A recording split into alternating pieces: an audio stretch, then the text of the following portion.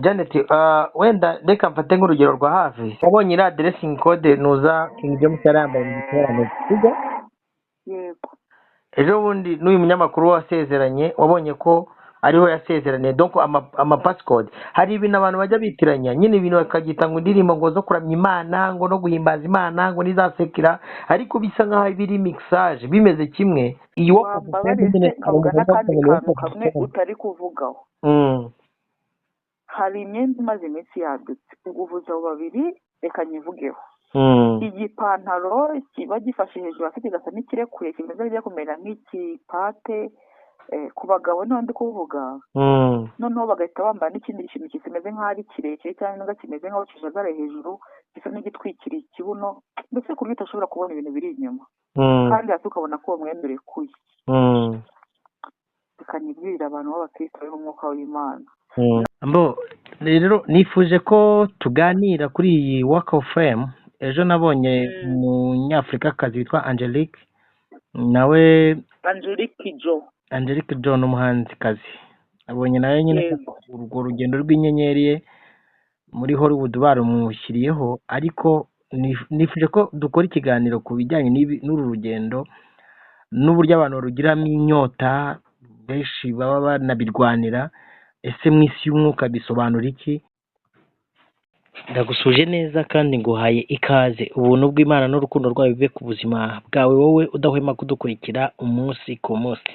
Njyewe nitwa Prince Robert, umuhungu w'Imana abantu bose bumva ururimi mvuga. Nje mu kiganiro cyitwa Gospel Talk. Ni ikiganiro dukora twamamaza ubwami bw'Imana, tunungurana ubwenge bw'Imana. Nikoze muri ubu buryo rero, ntago ndi njyenyine, ndi kumwe na mushiki wanjye Nyirahirwa Jeannette. Ntago twari duherukanye, ariko ari amahoro, nanjye ndi amahoro, ndashima Imana.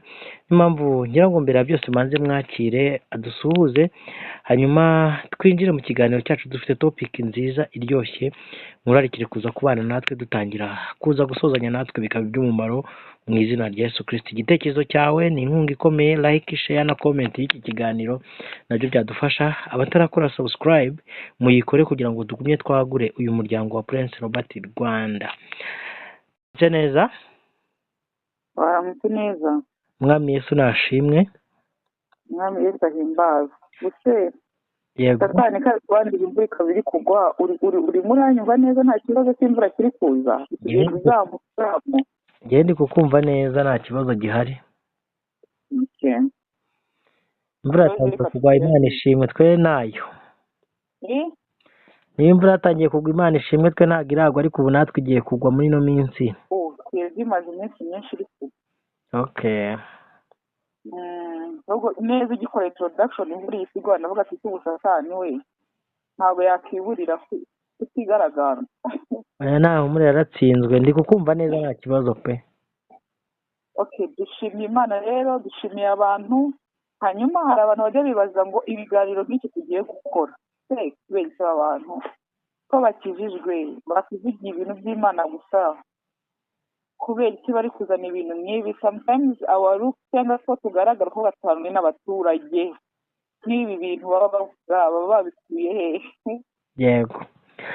Ariko rero wibuke Pawulo yaravuze ati tugaragara nk'abapfuye ariko turiho, tugaragara nk'abakene ariko dutungishije benshi. Bishaka kuvuga rero ko ntabwo Pawulo nta hantu dusoma verisiyo, nubwo Pawulo hari abantu yajyaga yoherereza ibintu bitewe n'ibyo bamuhaye byo gufasha, ariko ntabwo yigeze afata abantu 5,000 ngo abagaburire nk'uko Kristo yabigenje. Yego. Ariko rero yajyaga bandikira impuguro, natwe ubu turimo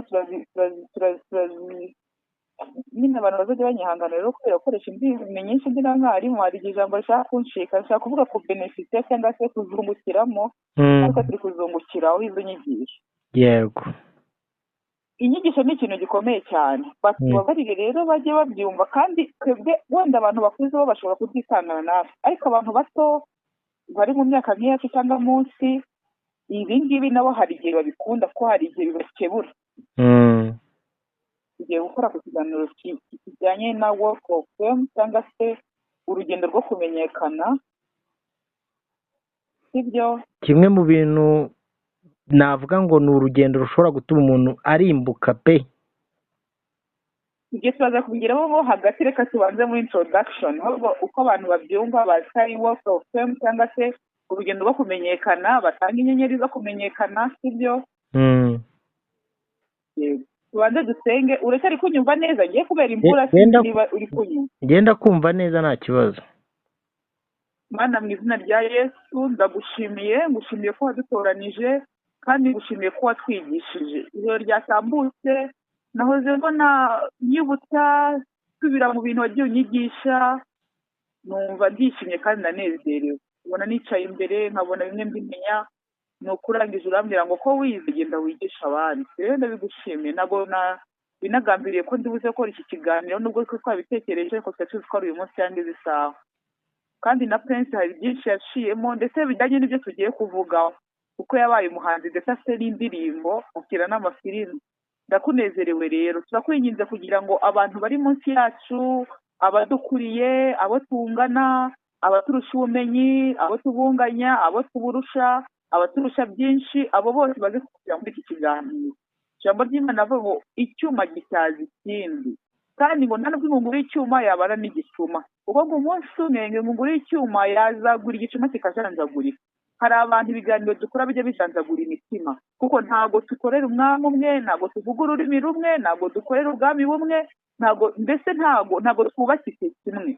Bamwe bashoboye kubakirwa nk'ibyuma, abandi bubakirwa nk'ibumba, kandi mu nzu y'inyumba habamo ibikoresho byinshi. Bivuze ngo umunsi umwe hari ingunguru yazagwira wenda ivazi ikameneka. Turakwinginze rero kugira ngo bene abo bantu bashenzagurwa n'ibiganiro dukora ni ukuri ubasa n'imitima, uboroshye mu mutima, ubaganirize, ubakuremo umutima worohereye ubishobora. Rero nifuje ko tuganira kuri iyi Walk of Fame. Ejo nabonye umunyafurikakazi witwa Angelique, nawe Angelique Jo ni umuhanzikazi. Abonye nawe nyine urwo rugendo rw'inyenyeri ye muri Hollywood barumushyiriyeho, ariko nifuje ko dukora ikiganiro ku bijyanye n'uru rugendo n'uburyo abantu barugiramo inyota, benshi baba banabirwanira. Ese mu isi y'umwuka bisobanura iki? Nguhaye ikaze muri iki kiganiro. Ahubwo urabyibuka yuko umwaka ushize cyangwa n'uwabanje ntabwo mbyibuka, ariko hari igihe hari umusare wacu wo mu Rwanda witwa Rocky washatse wagiye akabifekinga akagera hariya Hollywood akavuga ngo nawe bayimuhaye, ariko atari byo, ariko bibeshya. Bivuze nyine ngo yarabyifuje, yagaragaje ko abyifuje. Ariko ndamushimira kuko ni umuhanuzi mwiza, azi gusoma igihe, azi kumenya igihe isi irimo. Ntabwo namenya uko yabimenye, ariko biragaragara ko nyine yari afite revelation cyangwa se yari afite iyerekwa rigaragaza ko muri iyi myaka Afurika nayo izabona inyenyeri. Ndetse kubona atarabizi wenda cyangwa wenda atarabihishuriwe, cyangwa ari n'igihe ashobora kuba ari na proposition ye, kuko ntabwo byakunda nanone. Urumva tuvuge gato kuri uriya mugore wayibonye amaze imyaka irenga 40 mu muziki.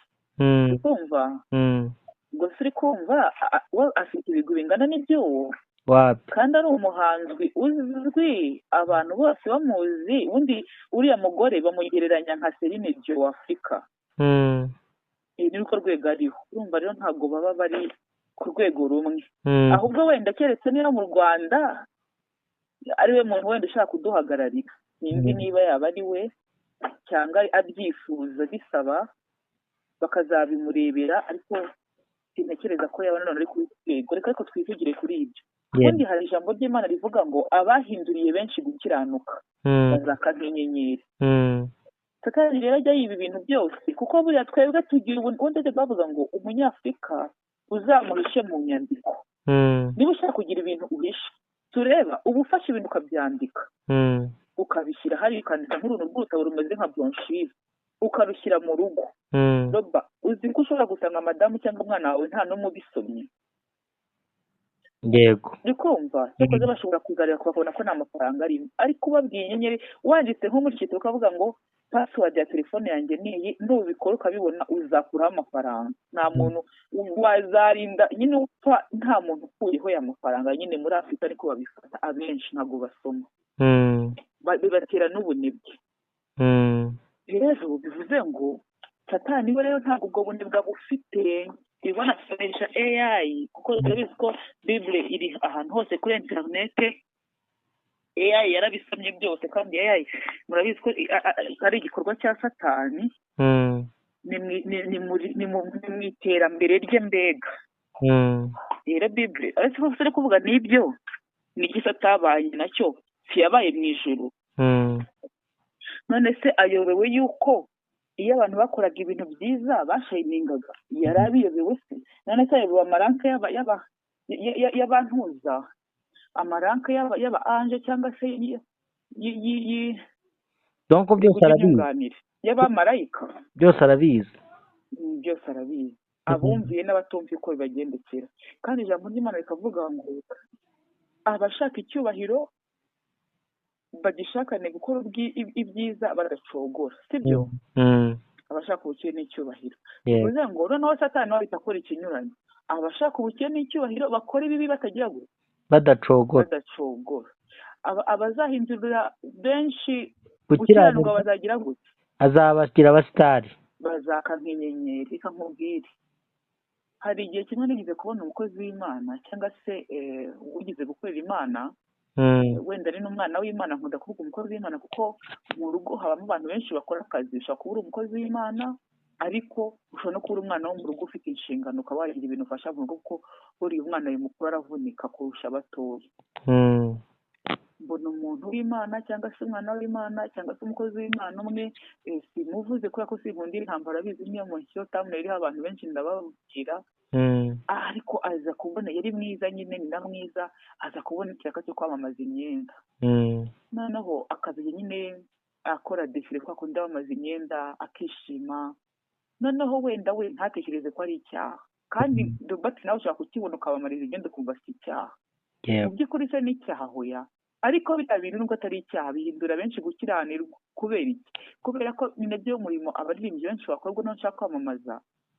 Icya mbere baba bashaka kujya kuri kamera basa neza, sibyo? Mu buryo bari kuririmba bagakora ku buryo bashotora ababareba ngo babikunde, sibyo? Bigatuma abagabo benshi baba bararikira, bari kubyumva. Icyaha cya mbere bizamura irya rubanda, bakabifuza.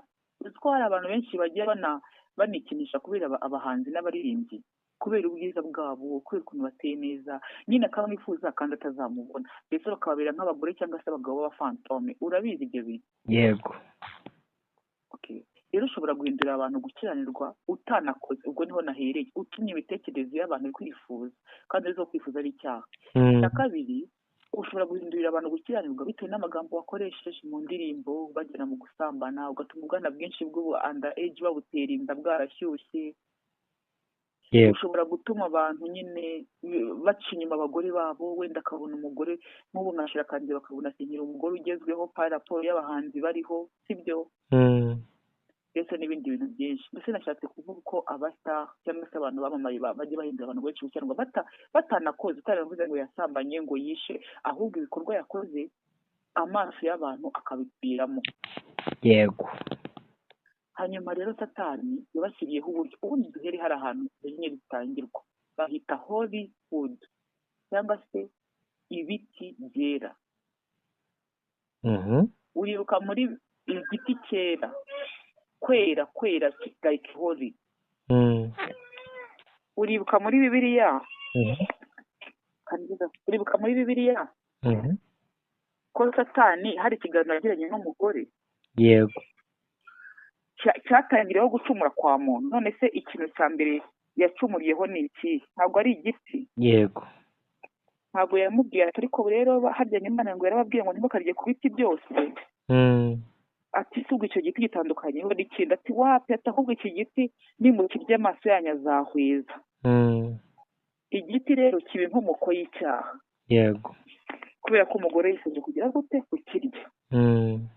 Icyo giti rero Hollywood basa naho bagenuwe cyangwa se bashatse ku buryo bashyiraho ahantu cyangwa se uruganda rutuma abantu ngo badapfa. Kwa kundi amagambo satani yabwiye wa mugore ati ntago muzapfa ahubwo muzamenya ubwenge, mumere nk'Imana mbega. Mumere nk'Imana.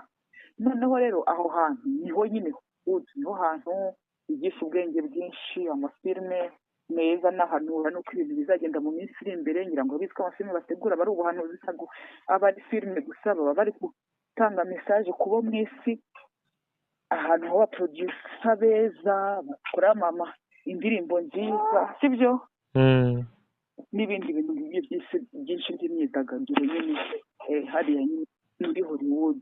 yego. hanyuma basanga icyitwa inyenyeri cyangwa se igaragaza urugendo rwo kwamamara. muri make urugendo rwabo sinzi nawe utajya rurangira cyangwa niba rurangira simbizi, ariko baracyari mu rugendo rwo kwamamara, sibyo? kugira ngo bagaragaze ko iyo si yakumenye, isi itanga ubwenge, isi itanga guheza amaso, kugira ngo iyo si kwemeze ko yakumenye n'abandi bamenye ko yakumenye, baguha inyenyeri. inyenyeri yawe ifatiweho, dore waratse umurimo twagutumye. urumva uriya mugore bavuze ko amaze imyaka 40 akora umurimo udasanzwe, tuwuhaye agaciro, mbese n'icyubahiro, sibyo? yego.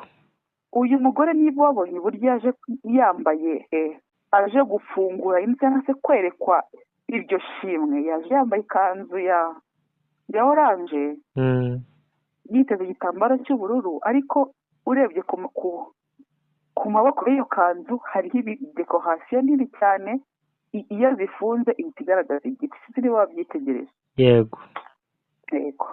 rero uwo mugore nyine arashimwa, ariko turebe imyaka 40 kuri we, ariko aravuga ati inyenyeri bampaye si inyenyeri yanjye, ahubwo ni inyenyeri ya Afurika. niba wararebye muri 2012 simbyibuka, igihe igikombe cy'isi cyaberaga muri Afurika, Shakira yararirimbye baravuga ngo it's time for Africa. ni igihe cya Afurika cyarageze. kandi mu buryo bwa spirituality bavuga ko Afurika niyo yonyine yasigaye inyuma itagira imyizerere yayo hamwe. urabona muri Aziya bafite abahindu, bafite icyo bitirira abakirisitu bino by'ikidini, bafite abayahudi, bafite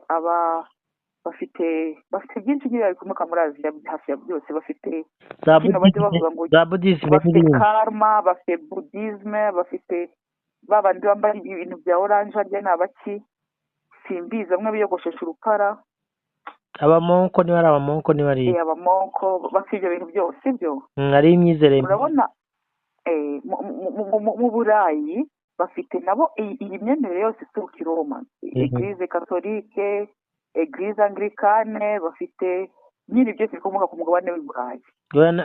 ibyo muri za Suwede, za Deperi, ibyo byose, sibyo? ntabwo bajya bamenya ko football ari imyizerere.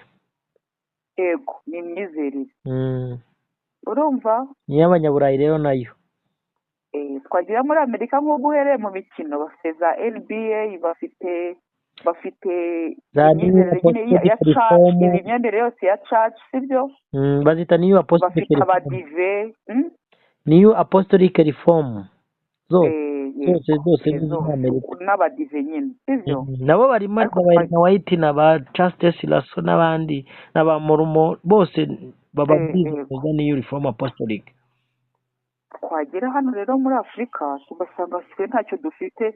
muri Australia sinzi niba hari ibyo nabo bafite, sibyo? bifite byabo. ariko kandi twareba iyo urebye mu bihugu by'i Burayi usanga nta bantu bakijya muri ibi bintu byitwa insengero, bose bishiriyemo, benshi hasigayemo abantu bake, ugasanga abantu bagiye gukora ivugabutumwa ni b'Abanyafurika. baravuga ati why not iyi Afurika n'ubundi ko ariyo ikomeje gukara ku cyitwa amadini, kandi tuzi ko muri ya misozi 7 Satani akoreraho n'idini rigomba kubonekamo. ninde uko tubona n'ubundi Abanyafurika aribo bashumbye ibintu hafi ya byose, why not tutareba akaba ariho dufungurira gate cyangwa dufungura umuryango? reka runa Afurika nayo igira imyizerere. ibi bintu rero niba abonye ukuntu umugore yagiye yambaye nk'Umunyafurika, ntabwo yagiye yambaye nk'umuntu nyine w'umusitari watoboye amatwi, wagize tatuwaje, biramye ujya kwisanisha n'Abanyaburayi. wapi? ahubwo yagiye nk'Umunyafurika w'umwimerere, utarikoroze, utisize byinshi, wambaye akagera ku birenge, wambaye amabubu, witeze, mbese Umunyafurika. naravuye nabo ubundi hari umuntu yigize kuvuga ngo two side, ngo uhitamo uruhande ujyamo, niba ari urw'Imana cyangwa urwa Satani. n'abantu bashaka gukorera Satani ni kure yaberetse. Ubu ikintu kigezweho ni uko umunyafurika biriya byararangiye by'abanyaburayi. Niba ushaka kuba successful muri iki gihe genda nyine uko umunyafurika agomba kuba ameze. Hanyuma rero arabavuga ati njyewe ndabafunguriye iyi nyenyeri ni iyanyu. Ni ukuvuga ngo ubu mu ruhande rwo kwa Satani niba ariko nabivuga hari irindi rembo ryafungutse ryitwa Afurika nyine mu bijyanye n'imyidagaduro.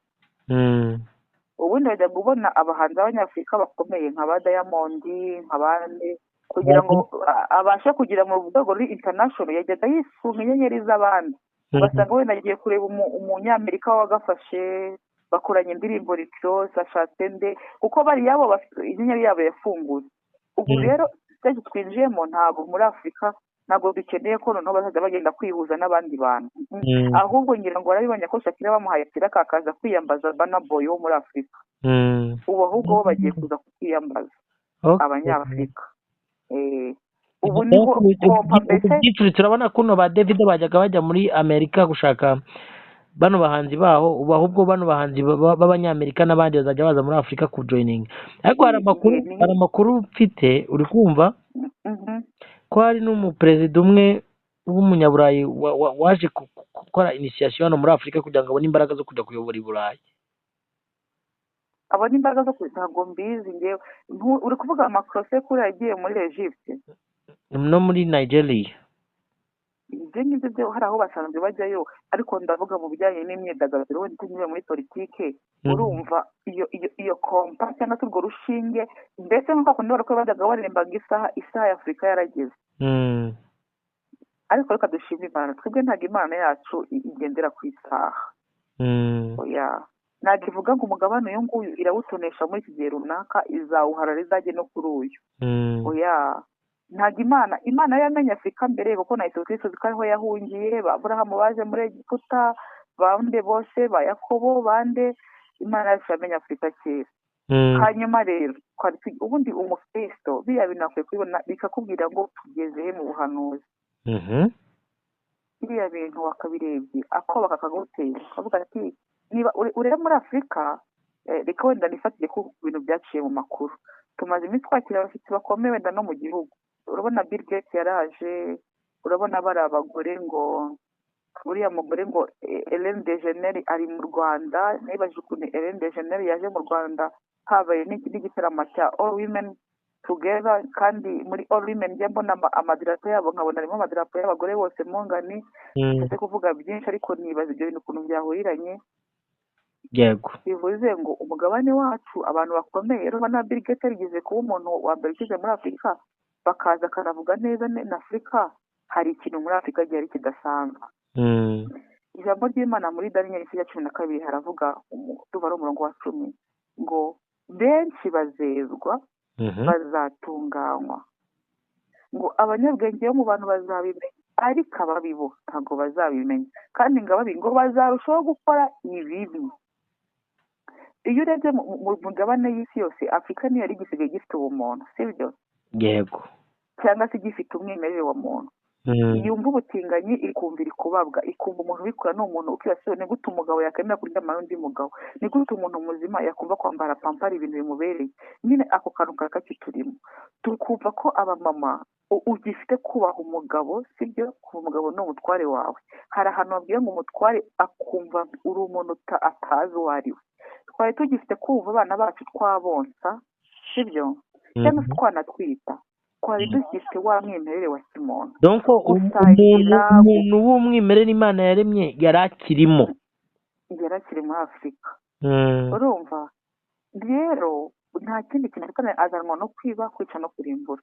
Biriya bintu biza bitinguriye imiryango, no kuvuga umuryango wo kwa Satani ukingukira Afurika. Umukeneye Satani aragiye mubona direct atagombye kujya kunyura kumwe nk'abanyamadini ngo bajyaga bajya i Burayi kugira ngo kubanza ngo kubahuza n'iki. No, ubu ngubu rwose umuntu uzashinga ngiye nigeze kugera iyo reka reka ndivugeho muri rwose amadini yo mu Rwanda atakivuga wenda ngo Anglikani ngo ushingiye kuri Anglikani, sinzi ukuntu bizagenda, ariko bakababwira ngo muvuge itorero ryo mu Rwanda, muvuge itorero ryo mu Rwanda mbere ya Jenoside, mbere ku bwami ryari rimeze gute, ise ryari ririho, hanyuma ubwami buvuyeho, mbese nk'uko twiga amateka aba ariko bagiye babara itorero ryo mu Rwanda ariko baribara.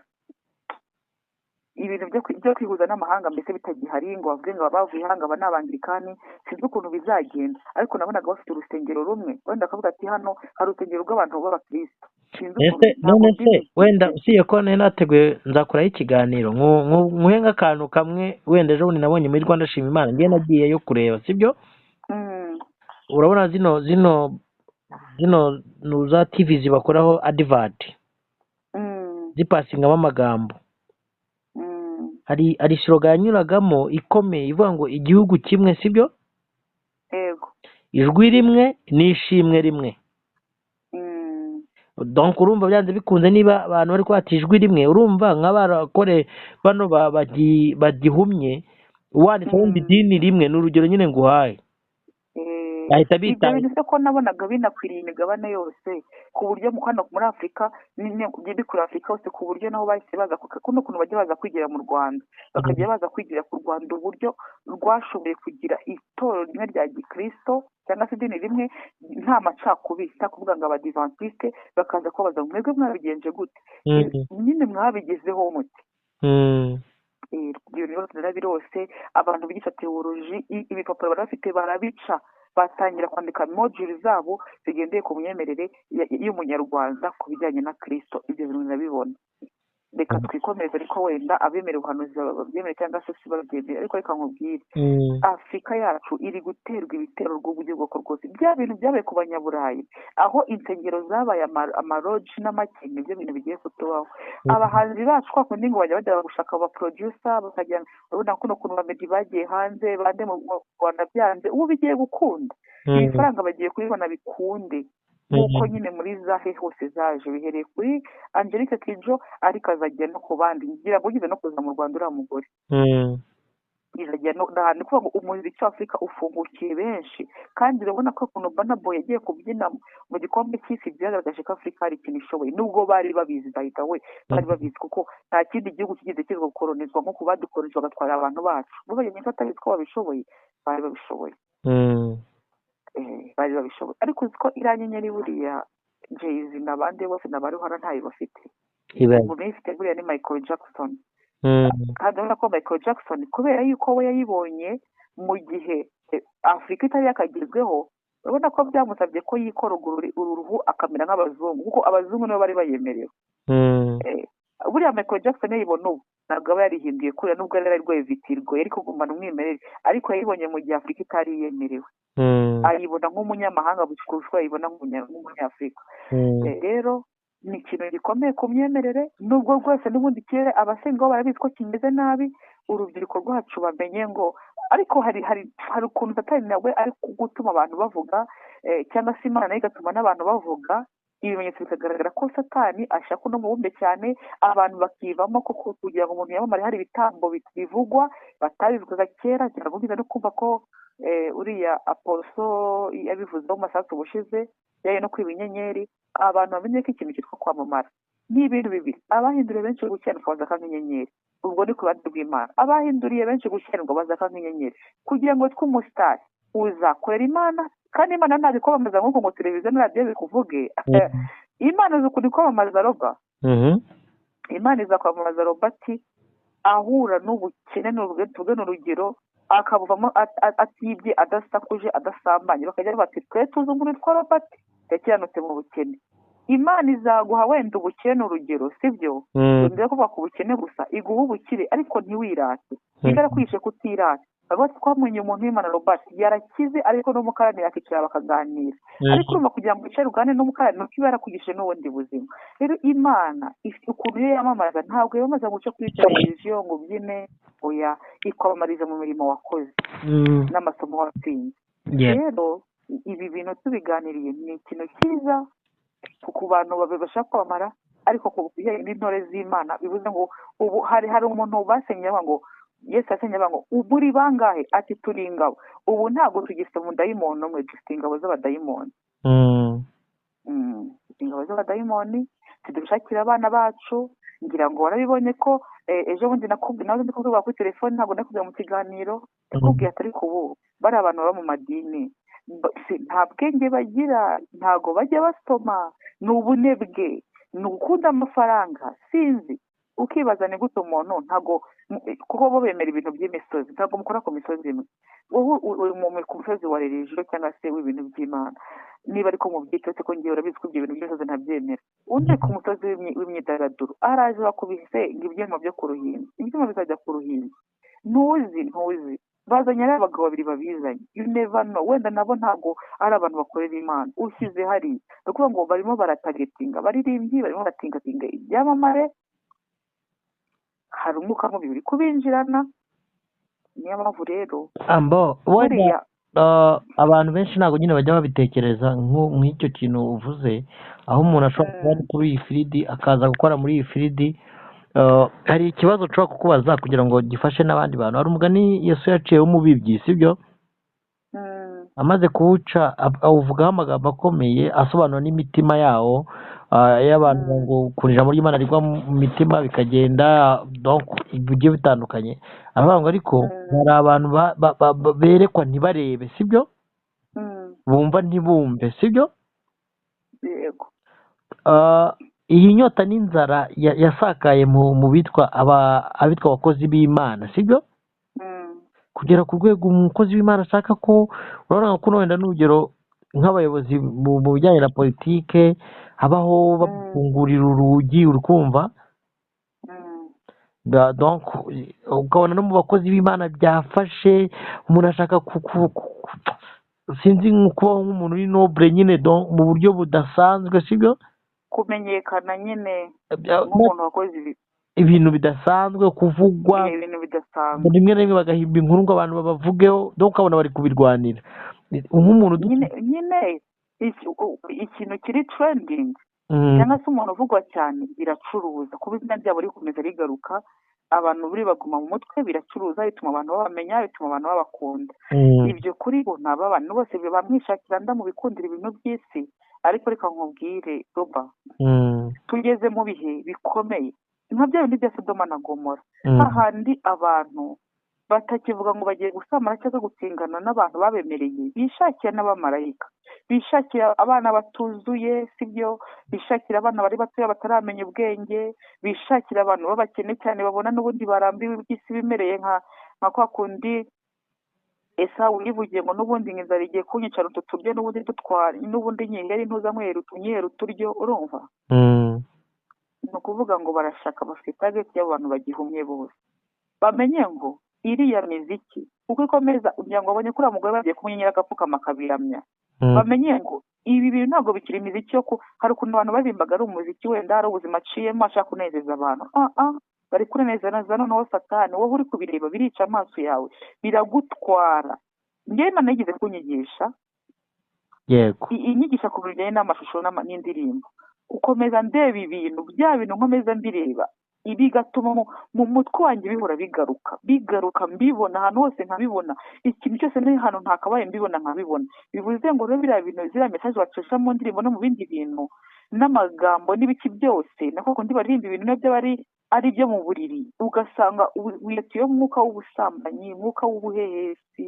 umwuka wo kwifuza amarari wenda yo kwifuza ama etaje meza n'amazu meza sometimes ataraye aho bakodesheje umwuka wo kwifuza kwambara neza sinzi niba uri kubyumva ryarari ry'iby'isi n'iry'ibindi bintu byose cyangwa kurya neza kugira gute ugasanga abagore ntabwo bacyubatse ingo barashaka kumera nko mu ndirimbo wenda runaka abagabo banze abagore babo n'umugore nagateye nk'umugore muri inshahara arya ngo n'inshahara yasohotse sinzi nye yego ibintu nyine bikadogera ariko ngira icyo nababwira n'icyo tubona akantu nka kariya satani abavunguriye mu mabanga abafite byinshi yabahishe uretse ko abandi bakoze za renaissance kuvuga kwa Afurika nanone bakoze ngira ngo babitwara umwapotre kazi umwe wo muri Kigali amaze iminsi afata amagitari akagaragaza ko umuziki wa Afurika ahantu ugiye kugera bahanuye bakoze ibintu byinshi bakoresheje banaboye mu gitaramo cy'isi afnuze Janet wenda reka mfate nk'urugero rwa hafi sibyo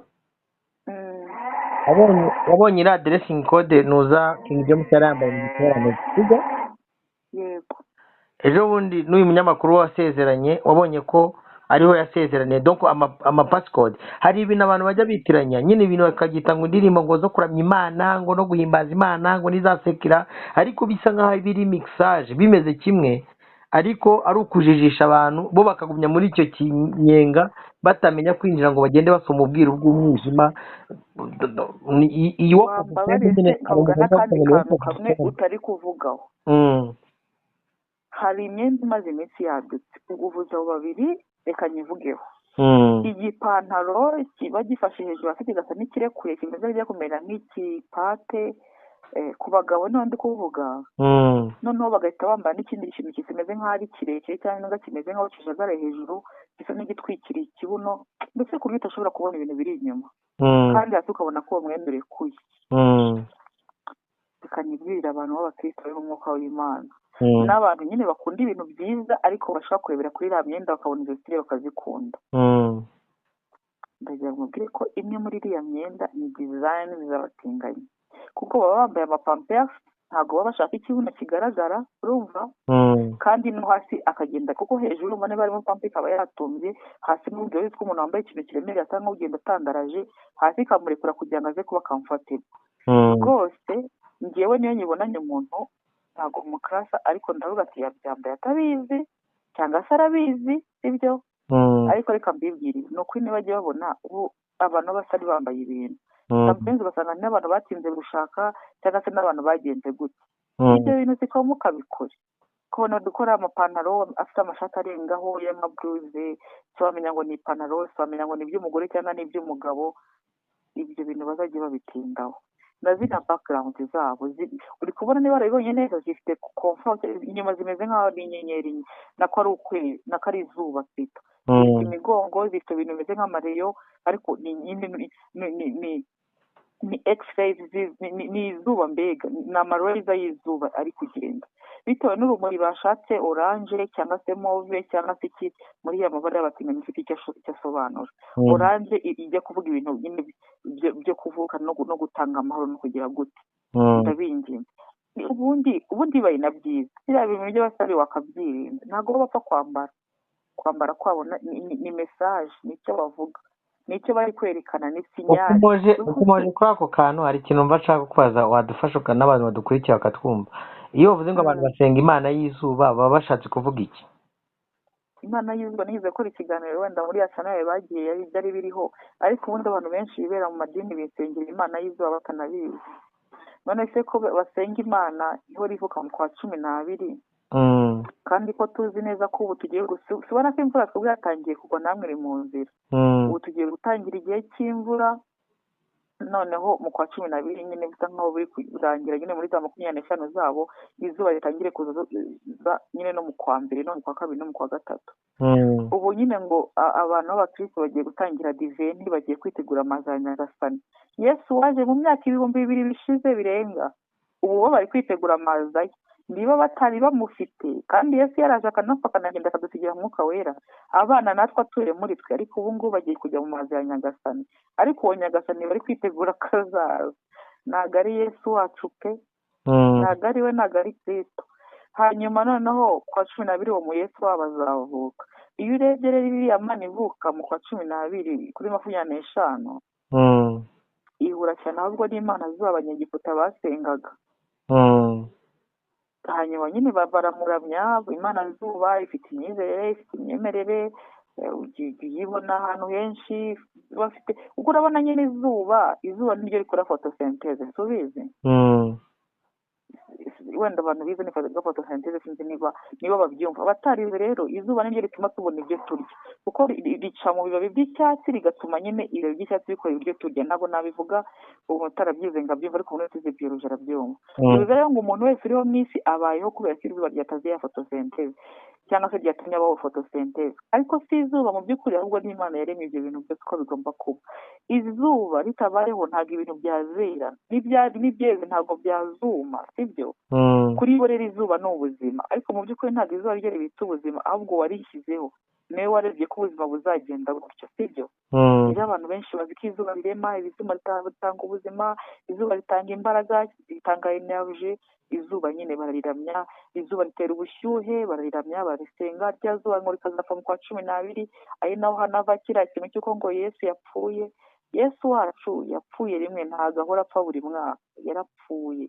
nta nubwo yagize atubwira ngo twizihize urupfu n'izuka rye muri biriya bintu bakora. Yaravuze ngo muzajye mubyizihiza muri gusangira umusangiro wera, igaburo ryera. nicyo kintu Yesu yatubwiye gukora.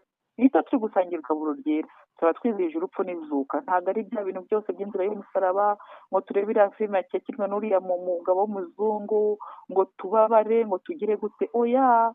maze abigishwa ba Yesu barababajije, babwiye Yesu, mbese abigishwa ba Yohana bajya bigiriza, kandi barangiza bakanajabika amazi intoki mu mazi iyo bagiye kurya, kandi ntibajya banywa, kubera icyo abawe barya bakanywa bimeze bite? Yesu arababwira ati abigishwa banjye ko bari kumwe, ati wabonye umuntu wiyiriza ari kumwe n'umukwe?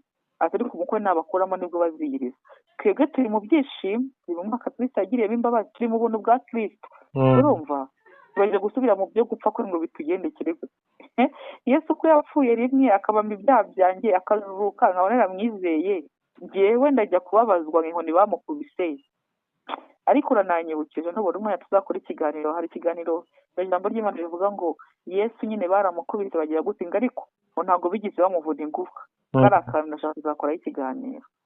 kubera iki? abandi bose bari kumwe nawe babavunye amagufa, ariko Yesu akaba nta gufa ryavunitse. rero twebwe twizihijwe cyangwa tunezezwa n'uko Kristo, ntabwo twizihizwa n'urupfu rwe mu by'ukuri ngo tube abasadizime. oya, tunejejwe n'uko yemeye kudupfira urupfu twari gupfa akaba yarazutse. ntabwo tubyizihiza mu kwa kane, buri munsi n'ubu ngubu bituma ndi umukristo, ndabyizihiza igihe cyose, biranezeza, bituma binyibutsa ko tuvuga ngo agakiza kacu ni ubuntu. hari ukuntu ikinyarwanda kikirushya, iyo bavuze ubuntu si ubusa, iyo umuntu avuze ubuntu ngo guhaye ikintu cy'ubuntu uba wumva ari ubusa. ariko mu cyongereza ntabwo bakoresha nyine ngo ubuntu nyine bivuze ikintu cy'ubusa, bakoresha ijambo rivuze, twagerageza mu kinyarwanda rivuga nk'impano. ni nk'impano twahawe. Yesu nubwo aduhaye agakiza we yarakaguze, yaragakoreye. ubundi iyo bavuze grace, reka wenda ngufashe, sibyo? ni ikintu cy'agaciro wowe udafitiye ubushobozi umuntu aguha, akiguhaye kugira ngo kijye muri uwo mwanya wawe, sibyo? yego. kigakora umurimo utari ubashije gushobora. reka mfate nk'urugero kugira ngo ubyumve neza. urabona nk'uko wenda abantu biga bakaminuza bakagera ku rwego rwo hejuru, mu bitagaragara cyangwa ibidafatika, umuntu ashobora kwiga yasoza iriya dogitora ye, sibyo? akaza akayikubwira ngo ni nacyo cyananiye abantu, buriya abantu benshi bataramenya impamvu banga kwakira ubuntu bw'Imana, sibyo? yego. ni ukumvisha Janet ukuntu umuntu ashobora kuza akavuga ati iyi profesora narayigiye ndayirangiza, ndayiguhaye guhera uyu munsi, ibigenerwa n'ibigendaho byose ndabiguhaye. kwakira atazi no kwandika izina rye, akakwakira ko ari profesor, kandi uwo muntu agenda agakora mu kazi muri kaminuza agakora, ubundi akaba ari njye guhembwa. yes. sambwire ngo njye gukora ko nta n'ibyo ndi gukora. yes. rero urwo rupfu n'izuka bitwibutsa ibihano nagombaga kubona njyewe cyangwa se wewe. ntabwo ari uburyo bwo kuriyanga mu pasitoro ngo pasika niba ngo bazaza n'itoro rya pasika ngo banezerwe ngo babyine. rero rwose mwa bantu mwe turi gusoza, ariko ikintu twari tugambiriye no kubabwira ngo ntabwo ririya tara rimuri twe, ntabwo kari akanyenyeri katse, ntabwo rwose kakiwe umunezero, ahubwo katse kugira ngo urabona hari ukuntu umuntu aba ari kureba muri lupe, si ubireba? agaporojeta akareba kure cyangwa muri jimeri. ubu Afurika yacu bagiye kuyijimera barebe, nureba nayo horobati tugeze muri sajya bavuga ngo iyo miti agombye kugabanywa ngo n'intware nazo nako n'intore nazo zagomba kugira gutwarwa nyine ngo nazo zikajyanwa. tugeze muri sajya Satana adushyize muri jimeri, muri lupe. ubinyenyeri utunyenyeri twose kandi nkwibutsa ko kubera ko ari ikiganiro cy'inyenyeri, bariya abantu ntutekereza ko uriya Angelique Kidjo ntutekereza ko mu buryo bw'umwuka kiriho, ubu ikinyenyeri cye cyari kinini kibumbyemo izindi nyenyeri nyinshi muri iyo myaka 40 yagiye asakuma nka rukuruzi zifata. uri kubyumva? rero ubu bagiye kutujimera, ikinyenyeri cy'umwuka cyabo kiri kujimera, ureba gato bagutwara. bagutwara cyane abantu baririmba, abantu bashaka kumenyekana. nahoze mbona Gitwaza banavuga ngo hari ukuntu bitama mu myaka yo kuba kwabo ikaba 40. hari abantu nyine baba batekereza ati ibintu muri kuvuga n'ibintu by'abasazi, ubwo se umuntu yagabanya guta imyaka yo kubaho, iyo igihe kigeze cyo gupfa cyawe kiba kigeze, iyo hari ukuntu bajya bavuga ngo iyo ikintu kizakwica ngo naho uzapfira ngo niba ari ngo n'iki ngiyo bihuye ngo uhita umusozi ngo uzapfiraho uri kumva ngo n'igihe ntabwo abantu bazi ko hari abantu bapfa mbere y'igihe. nyine abantu nicyo kibazo neza kugira ngo ntabwo abantu bazi ko iyo umuntu kuriya kuntu tuvuga ngo umuntu apfuye turamushyinguye, ntabwo abantu bazi ko hari umuntu apfa kuko apfuye igihe kitaragera, ntapfe ngo ngewe n'umuntu apfuye ngo apfe roho ye igakomeza gukora mu isi, akaba yanakimukira no mu kindi gihugu cyangwa akaba yanagera no mu mwana wawe, ukaba uzi ngo utunze umwana wawe kandi utunze wa muntu wahabye ejo, ibintu ukajya kubona ukora umwana imitekerereze n'imikorere byarahindutse, kumbe hari ikindi kintu kimurimo. Wa muntu yarapfuye igihe kitaragera yamugiyemo, noneho ahubwo cyari kuzapfira cyagera umwana wawe agapfa akapfana n'iyo roho imurimo. Ntabwo ibyo bintu ntabwo abantu babizi ko iyo tuyirimo. Abantu ntabwo spirituality abantu bayizi, ntabwo banayigishwa uri kumva. niyo uyivuze ku bantu bayizi bayikoreramo bahita bakurwanya kugira ngo utamena amabanga ukabangiriza amaproject yabo. Yego. Ariko abantu badukurikiye mumenye ko iyi si yacu ukuntu turi ejo nakurikiye ikiganiro bamenye ko ubu Afurika igiye muri jimeri, aho akantu kose nawe muntu wese bagiye kuguhigira hasi hejuru. Kandi satani ntazanywa n'ikindi, kwica, kwiba, kurimbura. Ntabwo satani aje muri Afurika aje kugira ngo adutere inkunga. Urwango yangaga Afurika, baza gutwara abanyafurika bakajya bakoresha ubucakara, baza kuvuga ngo badukolonize bakaza bakatura ubutaka bwacu bwiza, bakabugabanya abanyamadini nabo ubwabo, bakaza bagafata abagore bacu bakabajyana n'abana bacu. Urwango banze Afurika, bakibakubita bakibazirika amajeni bakabaca mu nyanja. Urengera ngo ribona ko n'ubu ngubu hari ukuntu banga abanyafurika ku buryo abirukana ngo nabimukire. Urwo rwango batwangaga ni rwo rwose n'ubu bafite bajya kuduhereza iriya nyenyeri. Ntabwo satani yahindutse kuri Afurika. Oya, mu minsi yashize nabonye wa mu social influencer witwa Aisha Speed ajya muri Ethiopia. Reka ngubwe haka kari kansimbutse urakoze kukazana. Ntabwo wabonye ko mbere kugira ngo inyenyeri itangwe ba Aisha Speed babanje kuza muri Afurika bakazenguruka, baba Ashton Small, zino hari n'undi muntu witwa gute yitwa wa wundi wigize kuza wa mwana akavuga ngo ngukira, wa wundi ugenda ku magare tubazengurutse Afurika yose n'igare yitwa gute, yitwa Yves.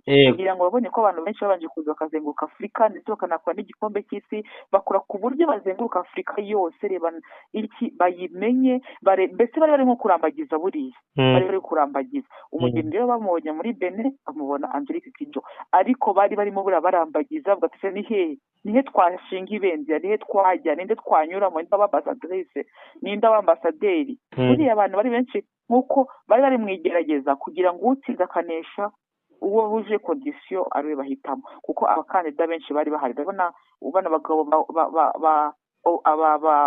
bandi Koffi Olomide wo muri za Congo, bandi hari abantu benshi b'Abanyafurika baririmbye neza cyane kandi bakiriho. Ntibahari se? Barahari. Arega n'ubana na Rocky nubwo twavuze ngo ibiki n'ibifasha nawe kuba yari yagiye gutanga kandidatire. Urebe ukuntu isi y'umwuka ikomeye, urebe ko ubundi Angelique Kidjo bamwita Celine Dion wa Afurika. Urebe ukuntu Celine Dion muri iyi minsi yananutse yashizemo ameze nk'umuntu wenda gupfa, uhita ubona. Ni ukuvuga ngo buriya nyine Celine Dion niyo Angelique Kidjo arimo arakoreramo. Buriya Angelique Kidjo yaramwabuye. Tumba dusatiye umusozo w'ikiganiro cyacu. Urakoze, no kuri Imana iguha umugisha. Nashimira n'abantu bari badukurikiye, kandi abantu bose bazakica bakakigeza Imana ibaho umugisha. Twabuze ibintu bikomeye, ibintu bimeze nk'amagufwa, ibintu bimeze nk'imyumbati, nta bintu by'ubusetsi, nta bintu byo kubabwira ngo muri beza, ngo ibwire kuri mwiza. Robert ibwire ko uzakira uzatunga amamiliyoni. Ibyo bintu ntabyo tuba turi kuvuga. Hako uvuze amamiliyoni, hari ijambo ngira ngo dukomatinge usoze turi komatinze, ijambo rivuga ngo umuntu wese ukunda nuza impiya n'umuzi w'ibibi byose. Uru rukundo abantu bagirira impiya kugera ku rwego zigera ku rwego zibatwara zikanabakoloniza, bajya batekereza ko baba bari gukingura umunwa wa Gehinomu. Uzi ukuntu Yesu yabipinze akabica amazi. Yesu barambwiye ati ariko weho n'abigishwa bawe ntabwo mujya mutanga umusoro. Aribaza atari umusoro bawutanga mu kintu, ko ndi kwibaza nyine ati amafaranga mukeneye. Bati abwira intumwa yategenda ku mazi harya urobe ifi ukuremo amafaranga. tujye ntayo mfite hano wenda n'urugero ariko mu isi zirimo amafaranga arimo ari ahantu hose amafaranga se ikingenzi kuyagenera ati uhita uyazana y'umusoro tuyubahe arangije arongera n'ababwira ati harya mufite igiceri ati kiriho ndi ati Kayizari ati oke ibya Kayizari muri Kayizari ndetse nshatse kubabwira ko amafaranga nicyo kintu ahubwo giciriritse cyo hasi kidafite agaciro umuntu adakwiye no kwirirwa yandavurira ni ikintu bataha n'Imana iyo babwiye ngo iby'Imana mu bihe Imana ibya Kayizari mu biyihe urumva iby'Imana mu bihe Imana bivuze ngo Imana n'amafaranga nta hantu bihuriye arangije arabisuzugura cyane Yesu aritegereza areba ukuntu abantu bari gutura arabareba yiyicariye ahantu ngo baratura ngo bakazana ibifurumba urumva Yesu yarahari kandi amwita mwigisha bararushanwa bazana ibifurumba bazana ibifaranga byinshi cyane ngo bigeze ngo harizana umukecuru ngo zine udufaranga udukuta tubiri ngo Yesu arabisuzugura bisobanuye avuga ati muzi ubuntu batuye neza bati nuriya mukecuru bati gute ko abantu bazanye miliyoni hari abantu dukona bajya bavuga ngo ni umumiliyoni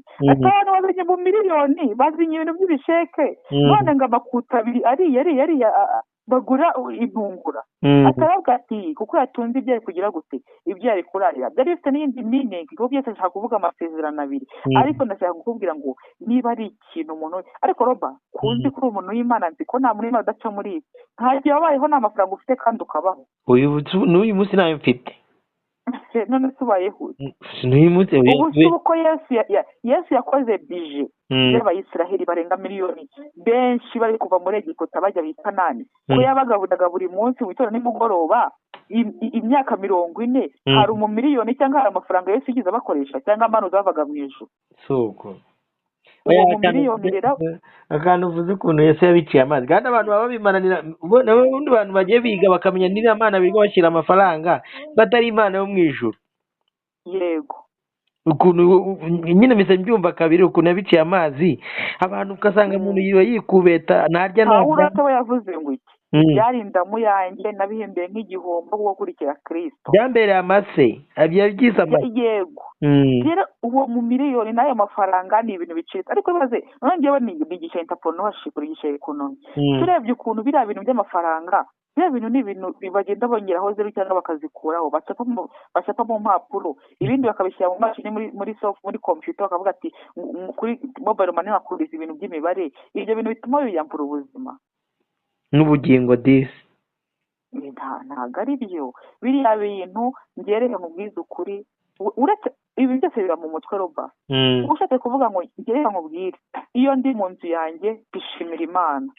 kandi waransuye ntabwo ari ahantu heza hari ibintu byinshi bitarabugiramo ariko numva ndi iwanjye nkumva nezerewe Imana ariko iyo ngiye kujya kuri pesha nkavuga ngo ntuye Cyumba nakabaye kuba wenda ntuye Kibagabaga abantu twiganye bateye Kibagabaga cyangwa za Amerika ntabwo mfite ibi n'ibi nanze kubiba kugira ngo atagiye ugira ngo ndi gusabiriza hari ibintu mu muzi y'abandi birimo wenda ntabwo ari etaje ntabwo nkora kuri kaburimbo ntabwo ngira imodoka ntabwo mfite ibi n'ibi ibyo byose ndakanga kubivuga uzi ko byantera pressure n'inzu nkayanga nkayivamo nkavuga ati wa mugabo we nta n'icyo wakoze nta n'inzu wubatse iyo pressure rero kunyurwa uzi ko umuntu yibera mu kazu ko hanze karutwa na toilette z'abakire aba yumva afite inzu roba baba bari mu bantu bafite UPA bakamubara amati igihe mfite inzu sinkodesha uko kunyurwa rero niko Kristo dushakaho yego uko kunyurwa ku buryo nawe ufite inzu isakaje ibirere uvuga uti ni inzu ni ibirere ariko ntujya kwigiranya ngo Imana yashimye ko mba mu nzu y'ibirere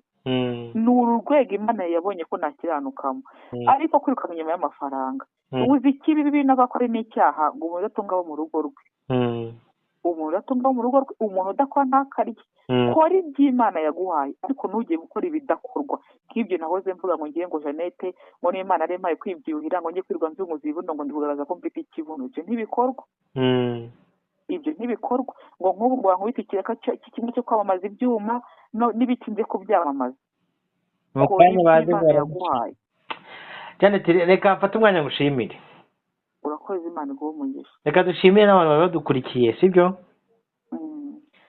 Imana ibahe umugisha nababwira ngo ibiganiro byacu nawe utaha yego Yesu nadushoboza tuzakora n'ibindi hari ikiganiro twateguye dushaka gukora kivuga ukuntu Imana yavuze ngo inzu n'ihema ry'ibonaniro cyangwa se inzu yayo ikwiye kubakirwa ibiyigize bikwiye kubakirwa ikaza byose bifunze neza turakibararika imana ibahe umugisha usuhuza abantu bose mbahaye n'intashyo ya data nari maze igihe ntakorana nawe n'abandi bose.